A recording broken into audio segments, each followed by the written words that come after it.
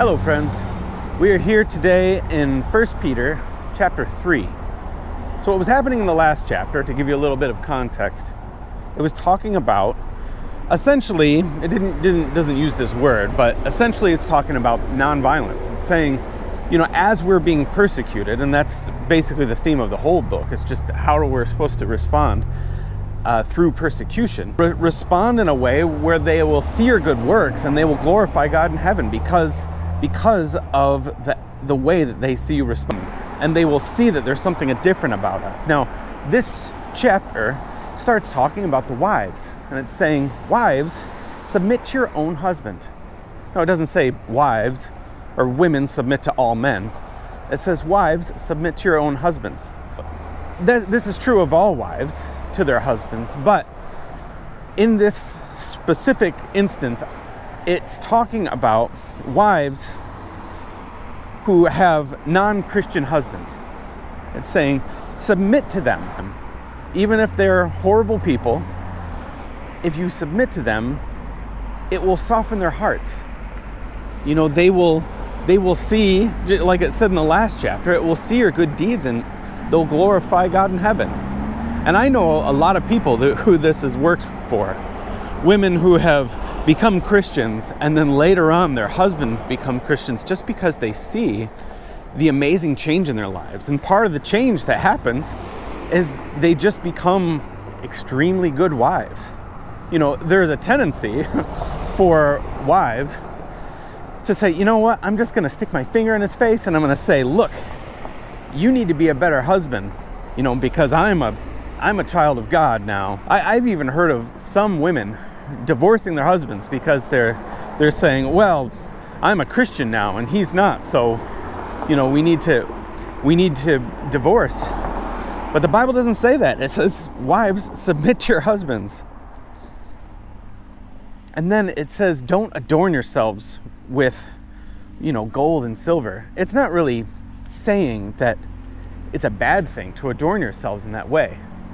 But what it is saying is that you should be proud not of these adornments, but of the good works that you do, of the submission. Wear that as your gold, as your silver, as the things that are making you look better. And then it starts talking to the husbands. It says, husbands, respect your wives, love your wives. Funny, when people read this chapter, I think they misunderstand it, because it's saying treat your wife well, because she's the weaker vessel. It makes it sound like, look, you should treat your wives like they're something special, even though they're weaker and they're not as great as you. I feel like that's how people hear it or read it. If you have, I feel like most people that read the Bible these days are just really looking for some way to make it sound like it's saying something that it's not saying. But here it doesn't say, that she's the weaker person. It doesn't say that she's an inferior person. It says she's a weaker vessel. Now, why would it call her a vessel? And it's because, vessels are delicate, they're fragile. And they're saying, if you have a strong vessel and you want to put it away, you'll just throw it right in the cupboard or wherever. But if you have a weak vessel, what are you going to do with that? You're going to hold it gently and you're going to put it down gently. And it's saying that's what you should do to your wife. As a delicate vessel, that is the way that you're supposed to treat your wife. So then it starts talking about everyone. It's saying when people are treating you poorly, it's saying you should make sure that you have a reason ready.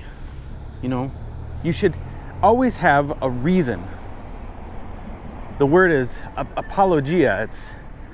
It's where we get our word apologetics. We should always have a reason for why we believe the way that we do.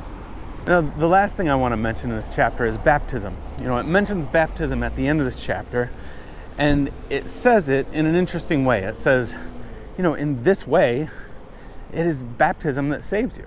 Now, I know some people that believe that you cannot be saved unless you have been baptized. And I guess when you read a verse like this, you could think, oh, I can kind of see why you would believe that, even though, you look at the thief on the cross and you think, well, he wasn't baptized, But through this, it's saying, through baptism, you are being saved. So what is he trying to say? Well, when we do the Pledge of Allegiance, we say, I pledge allegiance to the flag of the United States of America. Here in America, that's what we say. And so someone could look at that and be like, wait a minute, you are pledging your allegiance to a piece of cloth that hangs on a pole? You would say, no. But you just said that you're pledging your allegiance to the flag. And you would say, no, I'm not pledging my allegiance to the flag. But I'm pledging my allegiance to the flag of the United States of America and to the republic for which it stands. So I'm not really pledging my allegiance to the flag. I'm pledging my allegiance to the republic for which the flag is standing for. And in the same way, that baptism here is kind of like a flag to the salvation of God.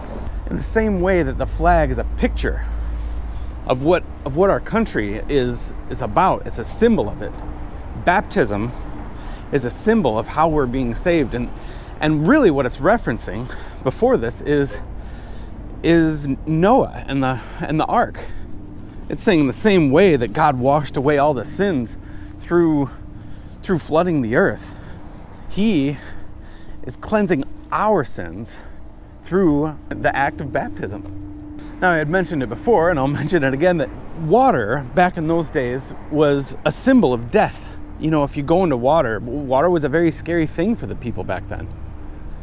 So water is a symbol of symbolizing death. And when you baptize someone, it should also be said that Jewish people would baptize. Whenever someone would convert to Judaism, they would be baptized, but they would baptize themselves. But when you're baptized into Christianity, someone pulls you up. So you're going into death, but someone in Christian baptism is always pulling you up. And that's a symbol of what Jesus has done for you. So in that way, it is baptism that saves you. So through the act of death and resurrection with Jesus, that is how we are able to be saved through baptism. So anyways, that is 1 Peter chapter 3. Have a great day. Bye.